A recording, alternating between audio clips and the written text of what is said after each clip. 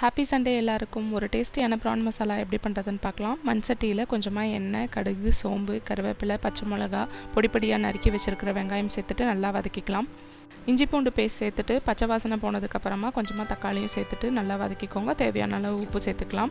எண்ணெய் நல்லா பிரிஞ்சு வந்ததுக்கப்புறமா மசாலா சேர்த்துடலாம். மஞ்சத்தூள், மிளகாத்தூள், ஜீரகத்தூள், மல்லித்தூள் எல்லாமே சேர்த்துட்டு நல்லா வதக்கி விட்டுக்கலாம். இன்க்ரீடியன்ட்ஸ் எல்லாமே டிஸ்கிரிப்ஷனில் இருக்குது. இதோட ஃபுல் வீடியோ ஆல்ரெடி சேனலில் அப்லோட் பண்ணியாச்சு, செக் பண்ணிக்கோங்க.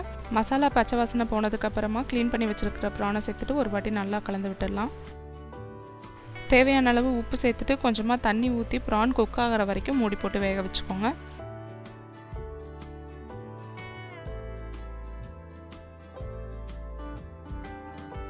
சேர்த்த எண்ணெய் எல்லாமே பிரிஞ்சு வந்துடுச்சு. ப்ரானும் நல்லா வெந்துடுச்சு. கடைசியாக கொஞ்சமாக கொத்தமல்லி தழை தூவி இருக்குன்னா சூப்பர் டேஸ்டியான ப்ரான் மசாலா ரெடி. சுட சுட சாதத்து கூட வச்சு சாப்பிட்டு பாருங்கள். ஹெவன்லியாக இருக்கும். கண்டிப்பாக ட்ரை பண்ணி பாருங்கள். பாய்.